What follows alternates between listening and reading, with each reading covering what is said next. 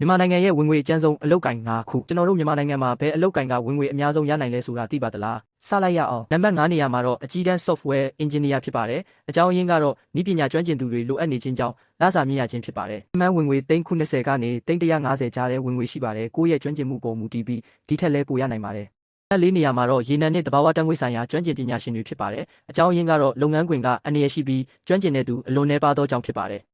ခန့်မှန်းဝင်ငွေသိန်း100ကနေသိန်း200ကြားတဲ့ရနိုင်ပါတယ်နံပါတ်3မှာတော့လေယုံမှုများဖြစ်ပါတယ်လေယုံမှုတွေကတော့တိကျတဲ့အတိုင်းပဲကျွမ်းကျင်မှုနဲ့အတွေ့အကြုံကအရန်ရေးကြီးပါတယ်လူတွေရဲ့အသက်ကိုတာဝန်ယူပြီးမောင်းနှင်ရတာမို့လစာအလုံးမြင့်ပါပါတယ်လစာသိန်း150ကနေသိန်း300ဝန်းကျင်အထိရရှိနိုင်ပါတယ်နံပါတ်2ကတော့အထူးကုဆရာဝန်ကြီးများနဲ့ခွဲစိတ်ဆရာဝန်ကြီးများဖြစ်ပါတယ်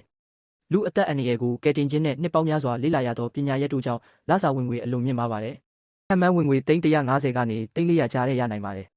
နံပါတ်1ဝင်ငွေအကျဉ်းဆုံးကတော့လုပ်ငန်းတွေရဲ့စီမံခန့်ခွဲမှုအရာရှိ CEO တွေပဲဖြစ်ပါတယ်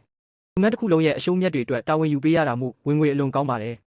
ခန့်မှန်းဝင်ငွေသိန်း200မှသိန်း900ကျော်အထိရရှိနိုင်ပါတယ်ဒီနေ့ပြောပြပေးခဲ့တာကတော့မြန်မာနိုင်ငံထဲမှာရှိတဲ့ဝင်ငွေအကောင်းဆုံးအလုပ်ကိုင်5ခုအကြောင်းပဲဖြစ်ပါတယ်